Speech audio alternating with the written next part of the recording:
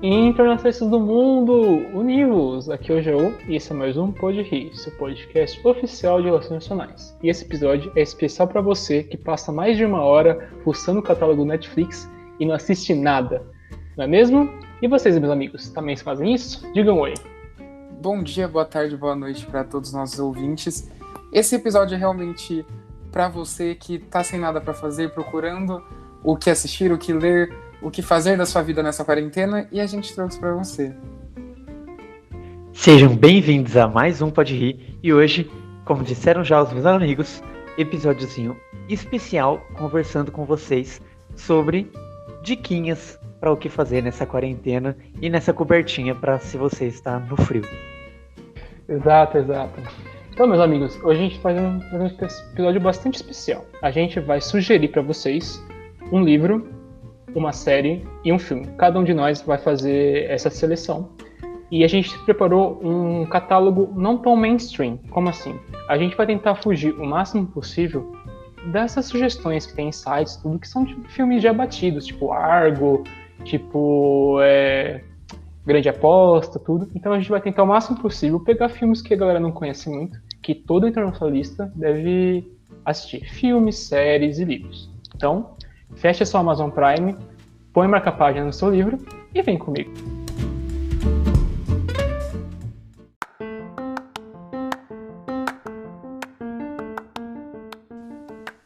Bom, meus amigos internacionalistas, vamos para os filmes, nosso primeiro bloco.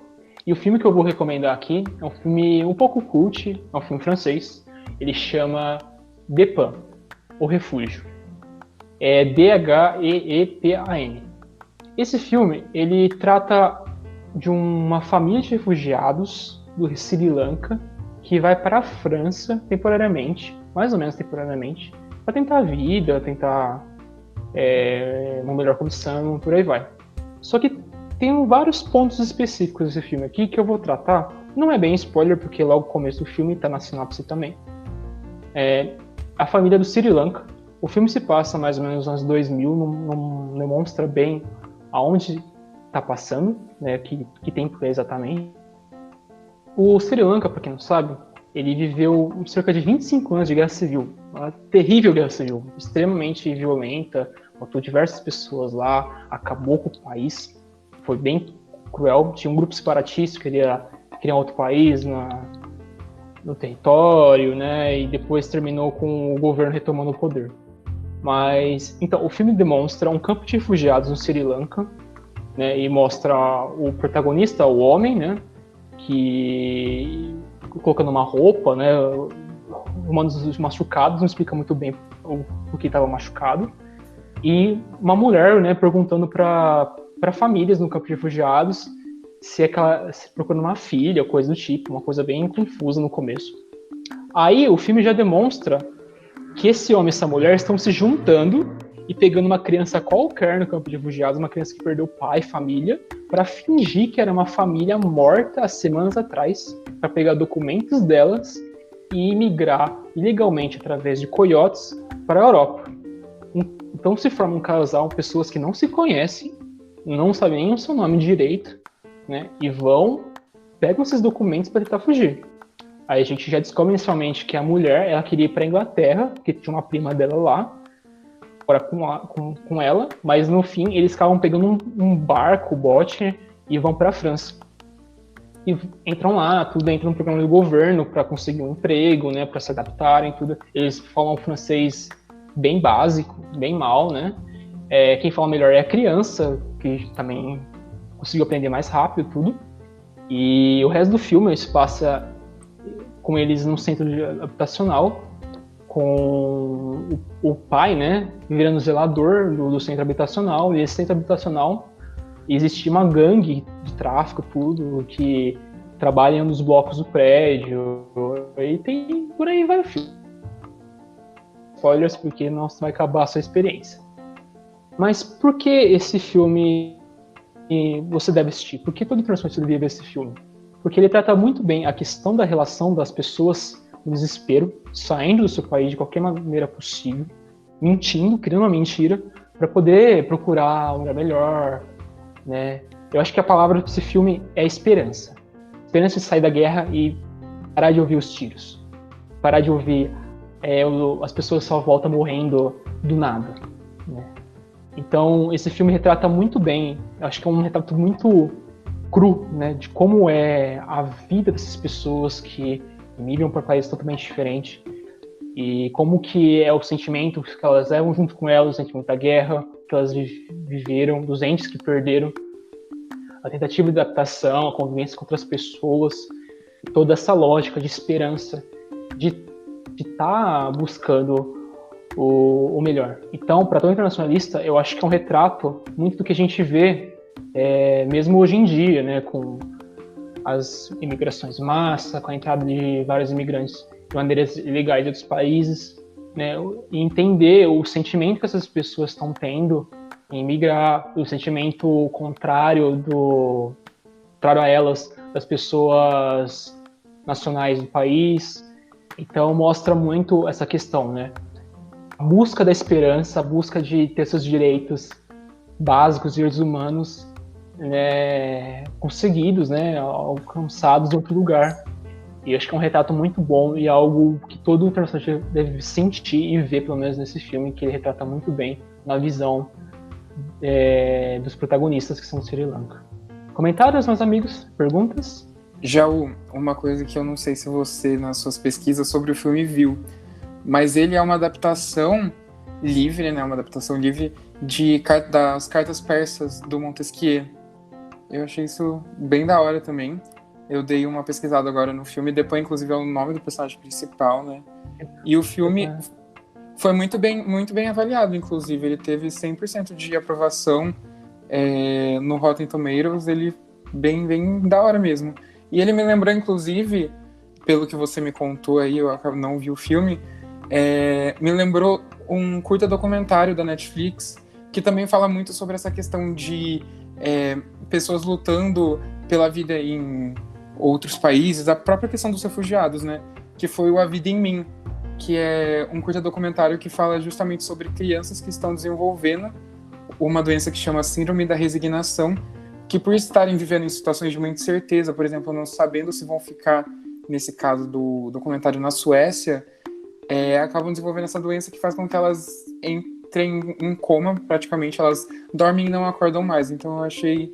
Isso me lembrou bastante também essa questão de pessoas em outros países tentando lutar contra questões deploráveis mesmo, como a questão, nesse caso da doença, também tem, tipo, diversas outras questões que acabam entrando nisso também, a questão do maltrato, a questão de como eles muitas vezes têm que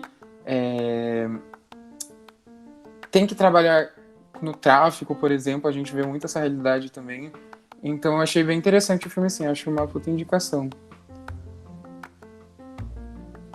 Achei uma boa mesmo, aparenta assim, bem interessante, e é bom para todo internacionalista entender esse choque, né? Essa questão de que realmente não é assim a paridade de questões, né? Simplesmente vai para outro país, chega lá, beleza, volta para quebrar e pronto, ganha seu dinheiro, começa a montar e ter uma vida ali própria. Tem diversas questões que se mesclam a isso, e é bom a gente entender e estar sempre relembrando disso, para quem quer atuar nessa área principalmente, e para análises em geral, né, de qualquer área. E cai muito também na ideia, né, na concepção, né, que você está num país desenvolvido, lá as coisas vão ser melhores, as questões sociais vão ser melhores, mas o filme também mostra que existem problemas sociais, né, e na França, em qualquer lugar, que tem gente pobre, tem gente que está no tráfico, tem gente que está em condições não tão boas. Então o filme muito essa percepção, aquela esperança, né, a você criar uma mentira, como o filme mostra, né, juntar uma família com desconhecidos para se aventurar, ficar junto com pessoas que você nem conhecia antes e tentar a vida melhor e descobrir que aquele local que você tá, mesmo que é conhecido por ser melhor, mas na verdade tem diversos problemas até relativamente parecidos com coisas que aconteceram com você no seu país de origem, que você teve que sair, né? Então eu acho que fica a dica. O filme tem no YouTube, até o período dessa gravação está no YouTube, né? Nunca se sabe se continuará. E, bom, vocês encontram por aí na internet, que não é tão difícil, por meios não tão legais, vamos dizer assim, né? Ninguém tá incentivando nada aqui. Mas fica a dica para esse filme The Pub, o Refúgio.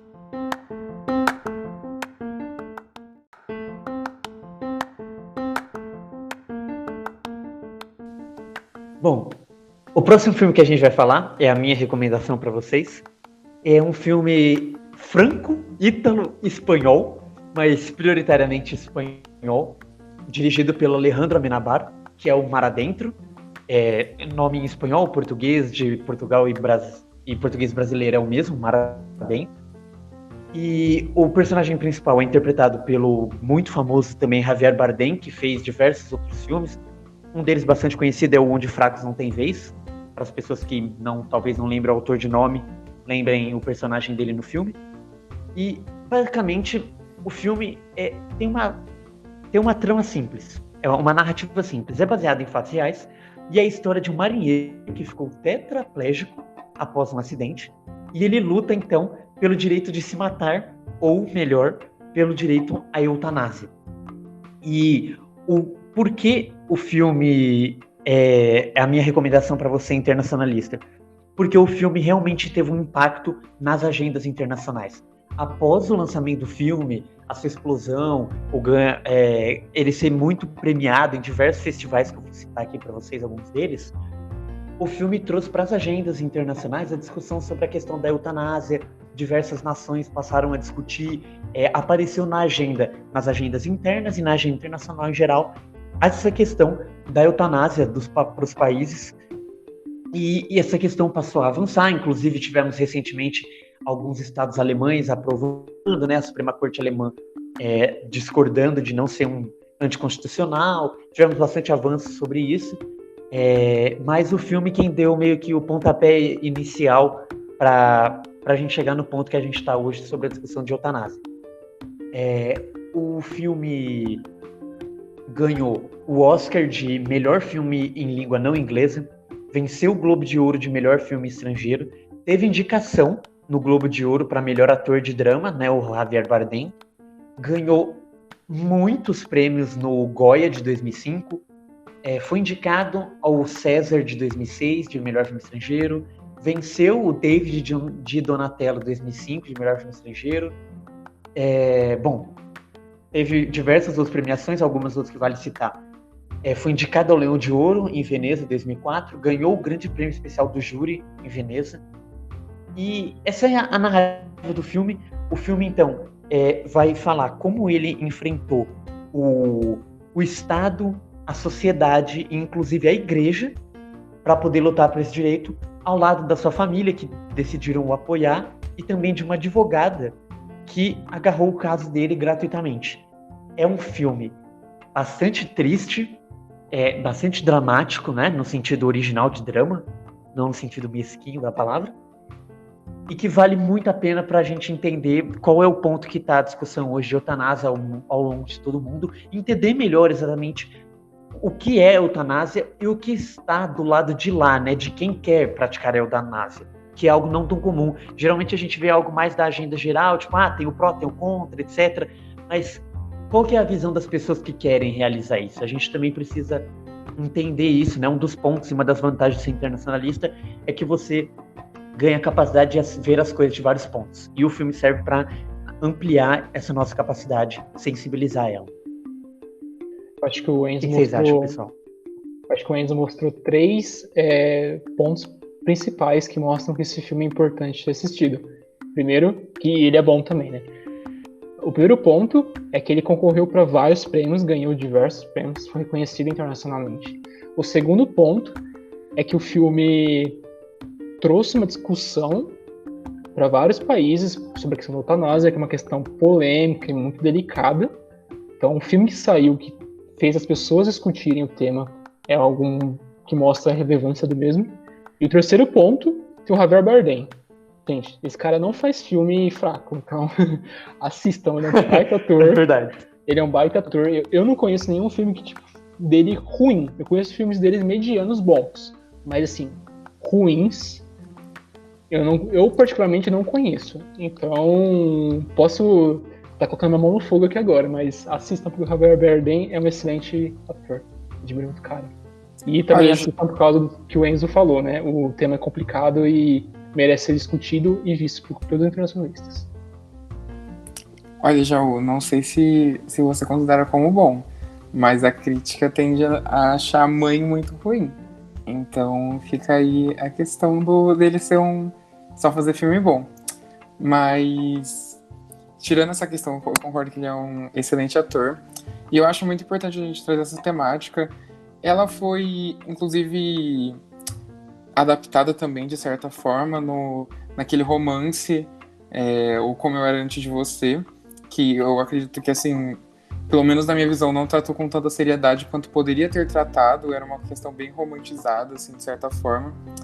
Mas eu acho que é uma questão muito importante a gente discutir isso, porque, querendo ou não, a gente está falando de direito, querendo ou não, a gente está falando de, tipo, até onde o Estado pode ditar sobre as nossas vidas, até onde o Estado tem direito de decidir por nós algo relevante estritamente a nós. Então eu acho realmente um tema muito interessante. Eu acho uma questão que às vezes a gente acaba esquecendo mesmo que é um tema internacional e acaba deixando ele de lado, mas é uma questão muito importante para a gente pensar a questão dos direitos individuais e a questão de até onde a gente realmente tem controle, sabe, da nossa própria vida.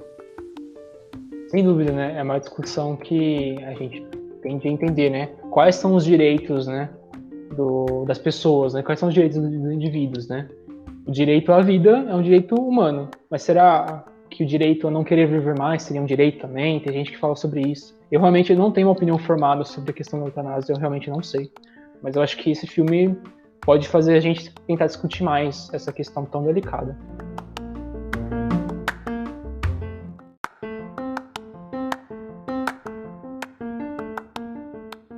Bom, tanto o meu filme, quanto minha série, quanto o meu livro foram meio roubados. Tipo, eles não são essencialmente um filme, um livro e uma série. O filme que eu trouxe é um documentário, então, diferente aí dos meninos, eu trouxe uma coisa que realmente não tem nenhuma parte ficcionada, mesmo é 100% real. Eu trouxe o filme da Netflix, um documentário da Netflix, chama Nobody Speak, Trials of the Free Press. Então Ninguém Fala, o julgamento da imprensa livre. E eu achei muito interessante trazer ele justamente pela nossa questão do primeiro podcast que a gente gravou sobre liberdade de imprensa. E aí eu queria falar um pouco primeiro qual é a história dele, o que ele conta, né? Então ele vai falar sobre o julgamento que aconteceu nos Estados Unidos, quando o lutador de MMA, o Hulk Hogan, ele processou um site jornalístico, a Gawker Media, por ter divulgado uma filmagem sexual dele. E essa questão vai sendo, de certa forma, como uma bola de neve no filme, até que se descobre, eu vou dar um pouco de spoiler, porque a gente tá falando de vida real, então realmente isso aconteceu, mas até que se descobre que o processo estava sendo financiado, no caso, o processo, os advogados do Hogan estavam sendo pagos por um bilionário americano, o Peter Thiel. Ele estava, de certa forma, se vingando da Gawker por ter, 9 anos antes, divulgado um artigo falando sobre como esse empresário era gay. E é muito interessante falar sobre o filme e trazer ele para uma perspectiva internacional, porque a gente discute muito liberdade de imprensa, como a gente já conversou no primeiro episódio, em questões mais de autoritarismo, de governos que controlam realmente a mídia, tendo uma mídia estatal, e o filme ele realmente tenta mostrar o outro lado, como governos democráticos atacam a mídia tanto quanto governos autoritários nesse sentido. E é muito interessante ver como diversas dessas pequenas empresas de jornalismo acabam sendo, de certa forma, destruídas mesmo, sua oportunidade de fala mesmo, sendo destruída por essas grandes corporações. Tem até um caso de um jornal que foi comprado por um bilionário que não queria que o jornal divulgasse informações que tinham sobre ele.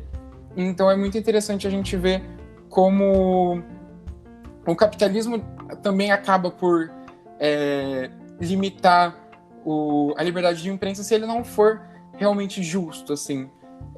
O filme é muito interessante para trazer essas questões. Ele, como eu disse, é da Netflix, ele tá na Netflix, vocês podem assistir ele a qualquer momento, e é muito interessante para ver esse jogo que às vezes a gente acaba esquecendo. E tem até, inclusive, cenas que a gente vê o presidente americano, Donald Trump, atacando diretamente jornalistas, que é uma coisa que hoje em dia a gente consegue ver muito com a realidade do coronavírus, principalmente no Brasil, como a mídia está sendo atacada, e isso, querendo ou não, fere diretamente a liberdade de imprensa. Então é muito interessante ver tanto como o filme coloca essa linguagem da ameaça à liberdade de imprensa, tanto por parte dessas grandes corporações e desses bilionários que querem jogar sujo sem ter o nome comentado, e do mesmo lado que temos líderes políticos, entre aspas, democráticos, que prezam pela democracia, mas que também destroem a liberdade de imprensa. Então é muito interessante ver isso dentro do filme, ver isso dentro do documentário, essa questão que às vezes a gente acaba deixando de lado dentro das discussões sobre liberdade de imprensa. E o que vocês acham, meninos? Não, sem dúvida nenhuma, porque liberdade de imprensa é uma coisa que a gente está vivendo uma nova realidade hoje, né? Cada vez mais tem bilionários comprando jornais e mídia. Antigamente a gente discutia os estados controlando a mídia, não que isso tenha acabado, né? Mas isso existe muito ainda. Mas o que acontece quando grandes conglomerados ou pessoas muito ricas compram a mídia em seu favor, né? Então acho que é uma discussão, uma reflexão muito importante que todo internacionalista deve ter hoje em dia. E fica a dica também para o nosso primeiro episódio, Liberdade Jornalística, que tá muito bacana e muito legal.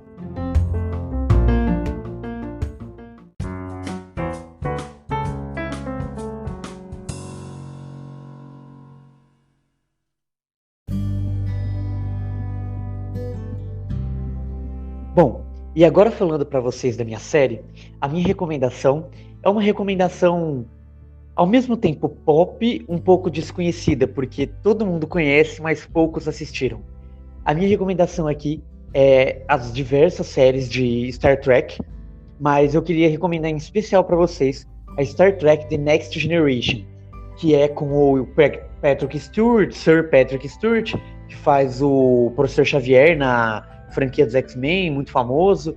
E esse foi o papel principal dele, né? Interpretando o Capitão Jean-Luc Picard em Star Trek The Next Generation.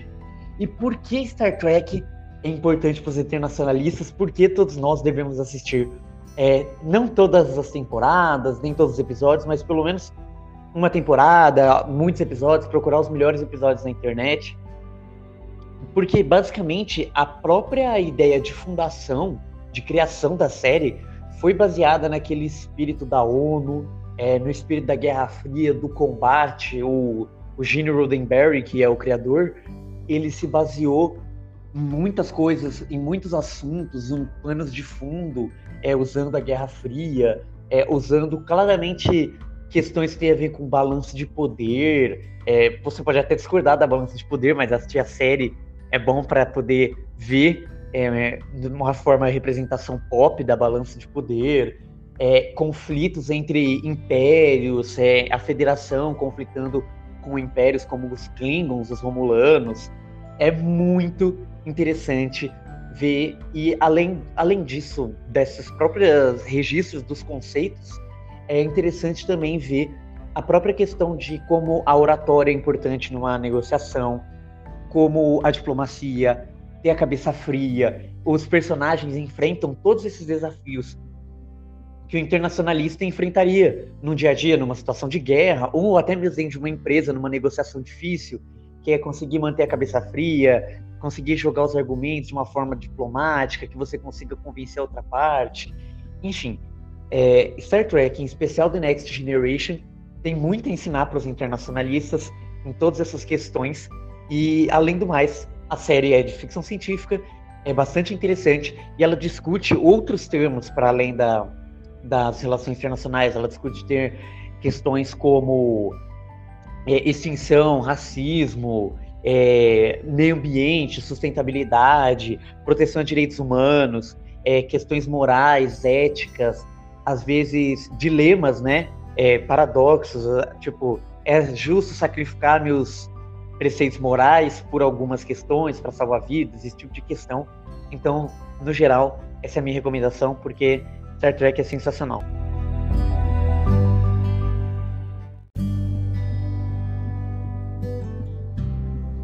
Eu escolhi não exatamente uma série, ela é uma minissérie da Netflix que chama Nada Ortodoxa, ou em inglês Unorthodox, e é vagamente baseada, na verdade, num livro chamado Unorthodox: The Scandalous Rejection of My Hasidic Roots, de Deborah Feldman.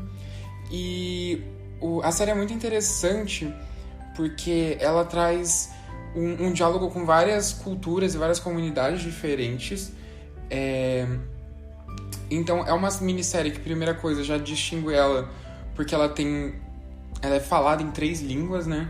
Ela é tanto em inglês, quando a gente vê algumas cenas de personagens que são de Nova York, ou cenas em Nova York.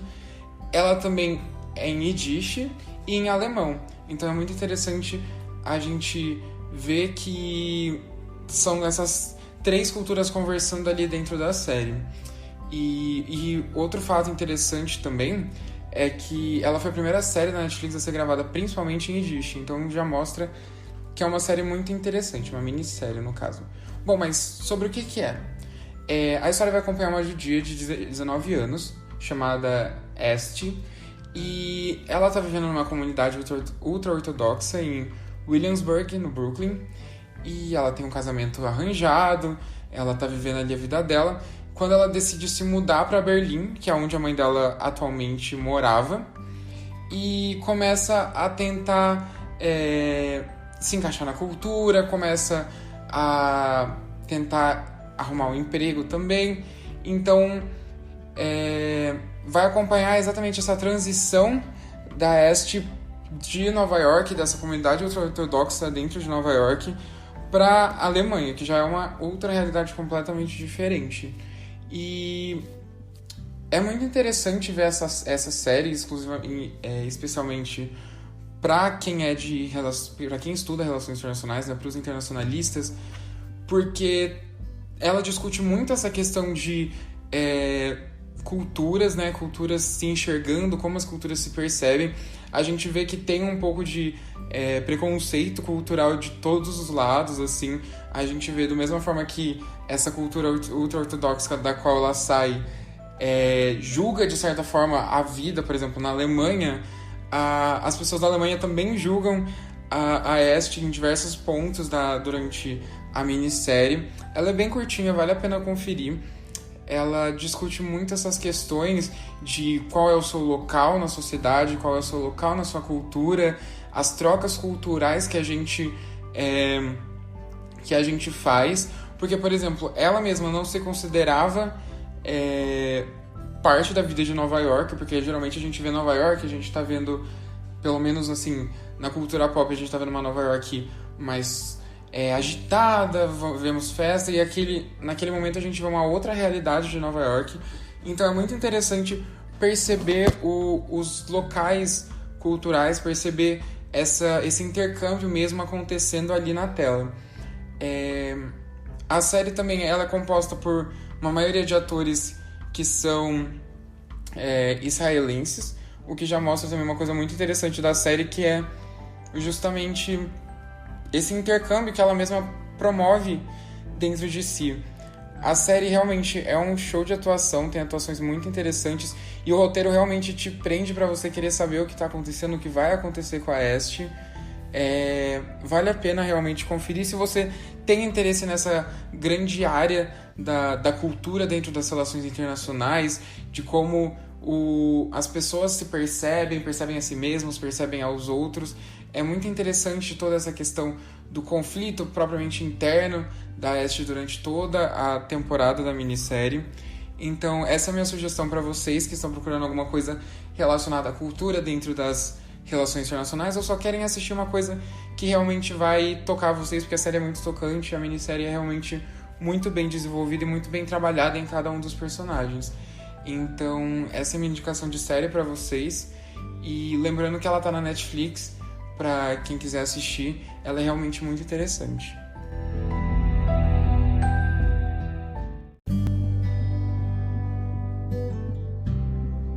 Muito bem, já a série que eu vou indicar para vocês é a série Mad Men. A série trata-se da história do Don Draper, que é um publicitário na década de 60. A série passa toda pela década de 60 nos Estados Unidos, em Nova York. E por que eu estou indicando para vocês? Porque todo internacionalista deve ver uma série sobre propaganda e publicidade. Bom, porque a série não é apenas sobre isso. A série mostra muito bem como que era aquela época. A década de 60, aquela cultura, os acontecimentos, e ela passa por diversos momentos históricos muito importantes para os Estados Unidos e para o mundo. Tem a morte do Martin Luther King, do John Kennedy, tem o movimento do rock, dos hippies, tem os filmes clássicos que lançam naquela época, e além de ter toda aquela tensão da Guerra Fria, aquele espírito anticomunista que tinha nos Estados Unidos, e aquele medo de qualquer momento ter um ataque nuclear. Então eu estou indicando essa série porque ela retrata e demonstra vários aspectos da década de 60 que moldaram a sociedade e ainda influenciam nossa cultura pop, nosso sistema internacional e em diversas outras esferas. Além disso, a série também mostra a evolução da nossa sociedade. Ela mostra como a gente mudou como sociedade, como era a concepção de vida das pessoas naquela época, como era tratada a mulher naquela época, mesmo que hoje ainda há discriminação na questão de gênero, e vai. Naquela época nem se pensava que uma mulher podia ser uma executiva, que a mulher ia ser algo além de dona de casa, e então tem uma espécie de comparativo que a gente pode fazer e como aquele movimento feminista que estava crescendo muito na década de 60, estava enfrentando a pressão dos grupos conservadores, como as mulheres também estavam lidando com isso. Então, a série demonstra como a sociedade naquela época estava evoluindo, estava construindo aquilo que mudou, as percepções. E é muito legal ver a década de 60, né? Porque é uma década muito interessante, porque várias coisas que nos influenciam até hoje foram criadas lá, aconteceram lá, e também isso tende a refletir muito no cenário internacional, e toda aquela cultura e aquele movimento ainda deixa marcas na nossa sociedade. Então essa é a minha citação. A série Mad Men, ela é da AMC, se não estou enganado, e eu acho que vocês encontram facilmente nos sistemas de streaming por aí. Ela já terminou, acho que tem umas 7 temporadas, bastante a pena, é bem legal conhecer aquela época, a história daqueles personagens bastante interessantes. E como a galera pensava, e aquilo que nos molda. E as marcas também, que é outra coisa que eu esqueci de falar. Tem muita... A gente pode perceber aquele expansionismo das multinacionais, as marcas que a gente tem hoje no Brasil e no mundo, como elas estavam começando a entrar nos países. Também a situação de marcas estrangeiras dentro dos Estados Unidos. Então, dá para ver muito o começo desse capitalismo internacional, das marcas em todos os lugares. Então, é bem bacana. Fica a dica.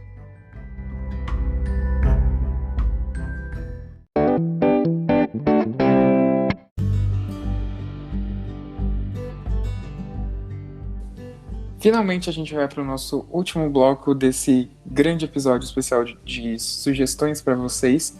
E bom, eu falei que eu roubei em todas, não seria diferente com o livro. Ao invés de um livro, eu trouxe uma história em quadrinho, uma graphic novel, muito interessante. O Enzo já trouxe a questão das space operas, então eu vou trazer novamente, dessa vez com a história em quadrinho Saga, que, assim como Star Wars, Star Trek é uma space opera, então é focado no espaço, tem toda a questão dramática, realmente uma ópera no espaço, de certa forma. Basicamente, a história em quadrinho é escrita pelo Brian K. Vaughan e desenhada pela Fiona Staples. A história, então, gira em torno dessa família, que, no caso, é um pouco, inclusive, inspirado em Romeu e Julieta. O pai e a mãe, eles são de sociedades opostas. A mãe é de Aterro, que é o maior planeta da galáxia, enquanto o pai é de Grinalda, que é o único satélite que orbita esse planeta. E eles são de, inclusive, espécies diferentes. Ele tem grandes chifres, enquanto ela tem asas.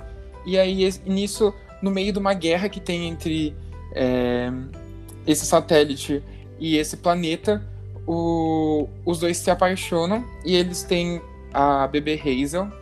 E a história basicamente gira em torno deles tentando fugir, de certa forma, das duas sociedades, porque eles acabam virando criminosos para as duas, e todos queriam ir atrás da filha deles, a Hazel, justamente por ela ser a combinação entre essas duas espécies. Então ela tinha tanto chifres quanto ela tinha asas. A história é muito interessante, é realmente uma indicação incrível para qualquer pessoa que gosta muito do gênero de ficção científica, que gosta do gênero de space opera. Atualmente ela está na edição 54, eles estão fazendo uma pausa nas publicações. Já faz um tempo, inclusive, essa pausa, poderiam voltar. Mas a história, então, vai acompanhar eles se aventurando por diversos planetas. Eles, inclusive, vão abordando diversos temas interessantes e de forma muito natural. Eles vão tratar da questão de sexualidade, de etnia, de papel de gênero, de como as pessoas lidam com a guerra. Isso é muito interessante, principalmente para a nossa área, que acabou sendo criada partes para evitar a guerra, alguns para, de certa forma, fomentar ela ali. Mas é muito interessante ver como isso tudo se constrói nessa narrativa imensa. Eles têm discussões muito interessantes, como eu já falei. Tem personagens transexuais, tem aborto. Então é muito interessante como ocorre todas essas discussões de forma natural, inclusive. O interessante também, tanto para o internacionalista quanto para qualquer outra pessoa, é que os desenhos e a história são muito crus, eles são muito reais. Então, por exemplo, eles não vão tapar nenhum conteúdo sexual, por exemplo. Inclusive é uma indicação para maiores de 18, porque tem muito. Então é muito interessante ver todas essas questões se juntando mesmo, que é como a vida real, sabe? Não existe separação, esse é um filme de guerra, mas só tem violência. Não, a guerra não é só violência. Então tem várias questões que vão tratar da questão de culturas, como também a gente já trouxe em várias indicações aqui. E é realmente, assim, uma baita história, uma baita ficção científica, e é uma baita indicação para todo mundo que gosta dessas aventuras espaciais, desses filmes de fuga mesmo, porque querendo ou não, eles estão fugindo, basicamente, das duas sociedades. Então, eu deixo essa minha indicação de quase livro, que no caso é história em quadrinhos. No Brasil, o Saga é publicado pela Devir, e nos Estados Unidos, originalmente, no caso, é pela Image Comics. A mesma criadora de The Walking Dead. Então, é muito interessante e é realmente uma baita indicação para quem está pesquisando sobre questões relacionadas à guerra, relacionadas a gênero, porque você realmente vai ali estar imerso em todas essas questões. Inclusive, o quadrinho foi descrito como Star Wars se encontrando com Game of Thrones, e também foi comparado ao épico de Senhor dos Anéis. Então, realmente, é muito interessante. Realmente, as artes são incríveis, assim, as artes, você vê aquilo, é uma coisa de outro mundo, literalmente. Mas, então fica minha indicação aí pra vocês de um quadrinho, pra você que tá procurando um quadrinho que fale de RI, mas que não necessariamente fale de RI, aí tá a Saga. Tem vontade de ler, hein? Bom, a minha indicação, eu vou indicar pra vocês o romance distópico chamado Nós. Não tem nada a ver com o filme de 2018, 2019. Mas é totalmente diferente. O livro é escrito por um escritor russo. Meu Deus, vai ser difícil falar o nome dele, pessoal. Então, se eu estiver errado, me desculpem. A única palavras de russo que eu sei é vodka e estrogonofe. Então, já sabe como vai ser difícil. Evgeny Zamyatin. Se vocês quiserem, é só pedir no Pode Rir. Depois eu passo o nome dele certinho escrito. Mas é fácil achar. O livro chama Nós. Simplesmente isso. Bom, o que é esse livro? O livro passa no século 26. A gente acompanha o personagem de D503.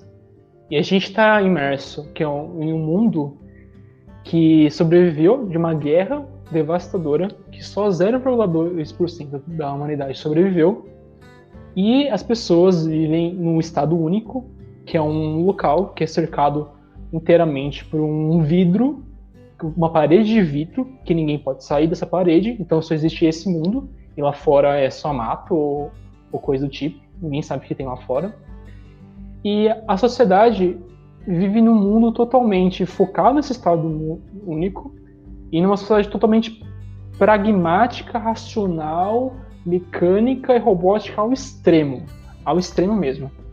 O legal de Nós, quando você lê ele, você vai lembrar muito de Admirável Mundo Novo e George Orwell, de 1984, do George Orwell. Mas é engraçado porque esse livro ele é anterior aos dois. Ele é praticamente o pai das distopias do século XX, de Fahrenheit e todas essas. E até que a edição que eu tenho, por exemplo, tem uma carta de George Orwell sobre o livro, comentando sobre ele, como ele achava legal, tudo, e quem estava escrevendo uma coisa inspirada, que é 1984, uma coisa bem bacana. Mas, enfim, o livro, ele mostra essa sociedade totalmente focada no Estado e na figura de um líder carismático, que é o benfeitor. E as pessoas acabaram todos os traços de privacidade e de liberdade individual. O protagonista, por exemplo, é um matemático, e ele está na produção de uma espaçonave que é para mandar no espaço para encontrar civilizações alienígenas para acabar com qualquer resquício de liberdade, nas palavras do livro, para que se encontre em estado selvagem de liberdade, acabar com qualquer estado selvagem de liberdade. Ou seja, nessa sociedade, a liberdade, qualquer traço individual, de livre-arbítrio, de desejo pessoal, é um símbolo de selvageria. Então, nessa sociedade, o que prevalece, né, é um coletivo que, ao mesmo tempo, é unitário, nessa figura do Estado. Então, as pessoas não desejam mais nada, todas vivem em prol desse Estado, do trabalho, elas não têm mais sonhos, né, o Estado acabou com isso. E é muito louco esse mundo, porque não tem parede, como a gente conhece, todas as paredes do mundo, das casas, são de vidro. Então, as pessoas se veem assim, né, normalmente. Né, não existe mais privacidade, não existe mais, acabou. Imagina você na sua casa, das paredes de vidro, as pessoas que passam na rua veem você no banheiro, né? E não tem mais. E as pessoas são proibidas de ter a sua individualidade, e elas, durante o dia, apenas têm 2 horas para fazer o que elas bem desejarem, né? Que é entre aspas também, que a maioria das pessoas ficou tão louca nesse mundo que elas ficam marchando nessas 2 horas, tudo. E toda coisa que for fazer que saia do escopo do Estado, você tem que pedir uma permissão, tem que pedir algo assim, tem toda uma burocracia. No livro mesmo mostra que se a pessoa quer fazer sexo com uma outra pessoa, né, ela tem que ter uma licença para isso, né, e tem que marcar uma hora marcada e para fazer isso. E o sexo mesmo não tem mais o traço de prazer, de paixão ou de algo assim, é mais uma questão prática para produção e coisa do tipo. E é muito louco esse livro. E por que eu estou indicando ele? Porque ele tem essa discussão muito interessante dessa unicidade e a discussão de você inibir os desejos individuais e do fim da privacidade. A gente está vivendo uma época que cada vez mais a gente sabe muito, as coisas sabem muito sobre nós, através dos algoritmos, tudo que você curte, tudo que você pesquisa na internet vira um relatório de você mesmo para empresas, e isso é vendido, né? Como se fala, né? A gente não é mais o consumidor na internet, a gente virou o produto. Então eu acho que traz uma discussão muito interessante, e uma discussão também até que ponto vai essa lógica imensa dessa racionalidade imensa da tecnologia, não falando que tecnologia é ruim ou coisa do tipo, mas a racionalidade de tudo virar mecânico, né? Acabar com o subjetivismo, com o desejo das pessoas, e todo o desejo e aí como você ser algo que possa ser programado previamente. Então o livro trata muito bem disso, fora que, como eu falei, ele é o antecessor desses clássicos, então vale a pena ver de onde esses autores fantásticos, como George Orwell, beberam anteriormente. Então é uma obra fantástica, E só quero comentar rapidamente sobre o autor, que eu não vou repetir o nome porque eu não consigo. Mas ele escreveu esse livro em 1920 e 21. Ele era russo, na época da União Soviética. E esse livro não foi publicado naquela época, ele foi publicado na Inglaterra em 1924 em inglês, porque o autor foi expulso, foi mandado a se retirar, né, da Rússia. Até nessa edição de livro que eu tenho, tem uma carta para ele, para Stalin. E o interessante é que o autor ele não era anticomunista, antissocialista, um liberal ou coisa do tipo. Ele era a favor do partido, ele era membro do partido, a favor da revolução, tudo, né? Ele era favorável a tudo isso, só que o próprio partido sentiu que parecia que era uma cutucada a eles. Mas ele mesmo escreve na carta, não, eu não estou escrevendo isso, não foi uma crítica para vocês, ou coisa do tipo, né? Mesmo que o Estado stalinista, né, depois foi repressor e várias outras coisas. E é engraçado, porque ele escreveu várias outras coisas na Rússia, tentando sair desse escopo do livro, e as pessoas estavam taxando ele e tentando achar coisas que não existiam nas obras dele sobre o Estado Soviético. E ele foi expulso lá, coisa do tipo.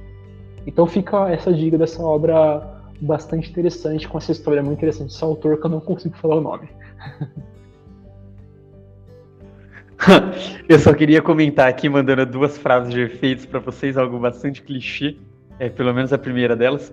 Já dizer aquele velho ditado, quando a carapuça serve.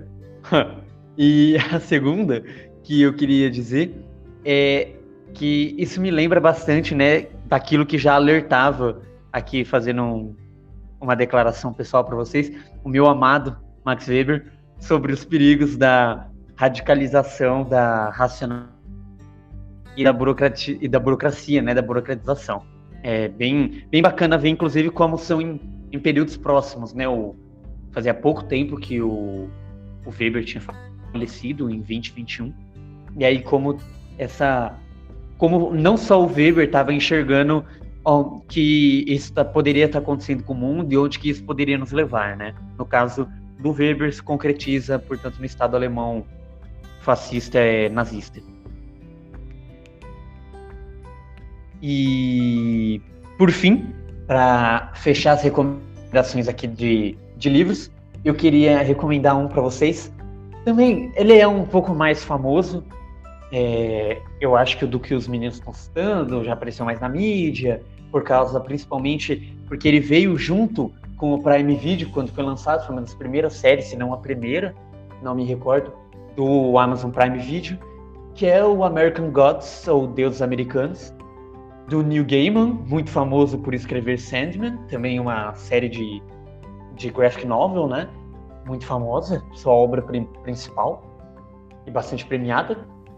E American Gods é fantástica e muito indicada para internacionalistas, porque, novamente, ela nos amplia a nossa capacidade de enxergar a realidade para além daquilo que ela é, o que tem o paradigma da realidade, para usar o Kuhn aqui. Não só aquilo que está na superfície, né? Aquilo que está por baixo, que está dentro do baú. Usando algumas frases, algumas questões aqui. Então, o livro vai tratar basicamente de questões, conflitos que permeiam o choque entre os deuses antigos e os novos deuses. E basicamente a premissa inicial do livro é de que os deuses só existem porque as pessoas acreditam neles. Aqui, então, dá para lembrar um pouquinho, talvez até de construtivismo, que o Léo ama falar. Só aquilo que nós construímos é que existe. Os deuses só existem porque as pessoas acreditam neles. E no caso, o livro se passa nos Estados Unidos, e quando os imigrantes vêm para o país, eles trazem essas crenças, as mitologias. Então, os deuses passam a também habitar o território americano.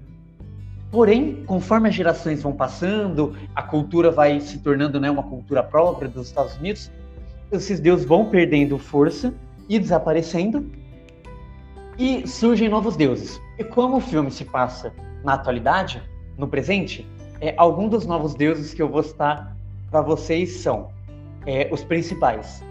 O Mídia, que é a deusa da televisão e da mídia, e que ela aparece na forma geralmente de Lucy Ricardo, da série I Love Lucy, muito famosos nos Estados Unidos, etc., na época que o livro foi lançado, que é em 2001.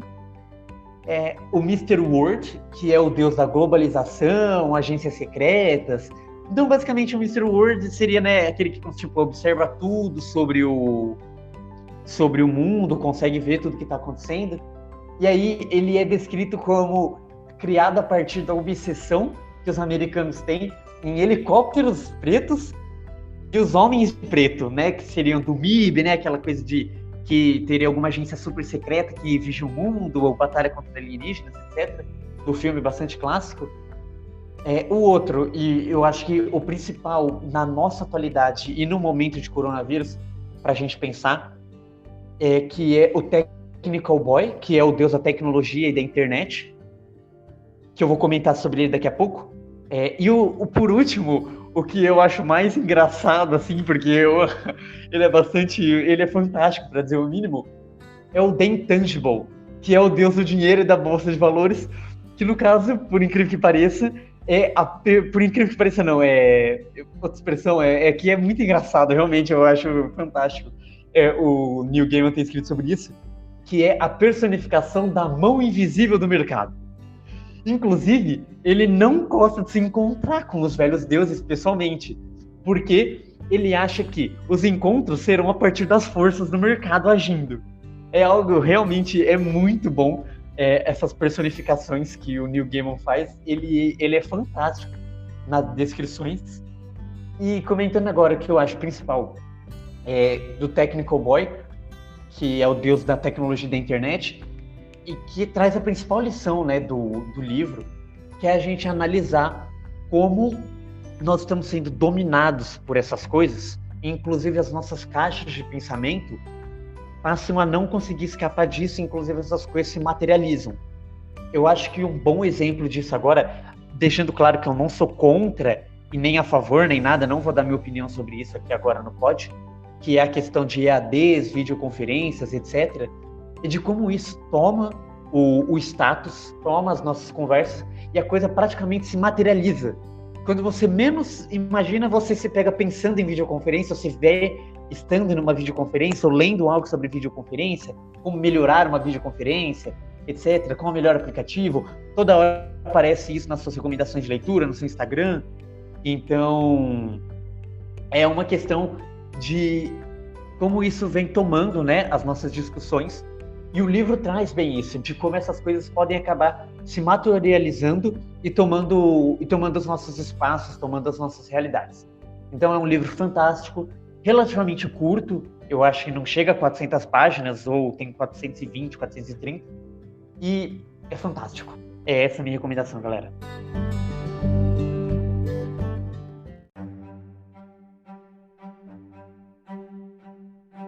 Bom, meus amigos internacionalistas, eu espero que vocês tenham gostado desse episódio. Qualquer dúvida ou não vocês não entenderam qual que foi a recomendação, tudo, vocês perguntem pra gente no Instagram, no Facebook e no LinkedIn. Então é isso. Esse foi o Jaú. Muito obrigado por nos ouvir e até a próxima, pessoal. Olha, eu não quero ouvir ninguém que ouve o podcast falando que não tem o que fazer nessa quarentena, porque a gente deu várias indicações e tem vários episódios nossos pra ouvir enquanto vocês estão aí nesse período. Mas eu queria agradecer novamente por nos ouvir. Espero que tenham gostado, né, das indicações e que gostem, caso as assistam, leiam, enfim. Agora eu vou indicar um podcast para vocês, o Pod Rir. Muito bom, vários episódios muito interessantes. E gostaria de novamente agradecer vocês por estarem mais uma vez conosco. E até a próxima. Bom, pessoal, me desculpem a minha animação aqui. Falando de American Gods, eu fui acusado de que o livro não é assim tão curto aqui em off, pelos meus amigos. Então eu deixo aqui registrado isso, me desculpem. E então, muito obrigado por nos ouvir, por mais este episódio. Se vocês quiserem mais recomendações, nós somos humildes consumidores de cultura pop e nerd em geral, então talvez possamos recomendar mais alguma coisa para vocês. O Jaú também pode recomendar coisa cult, ele é o cult aqui.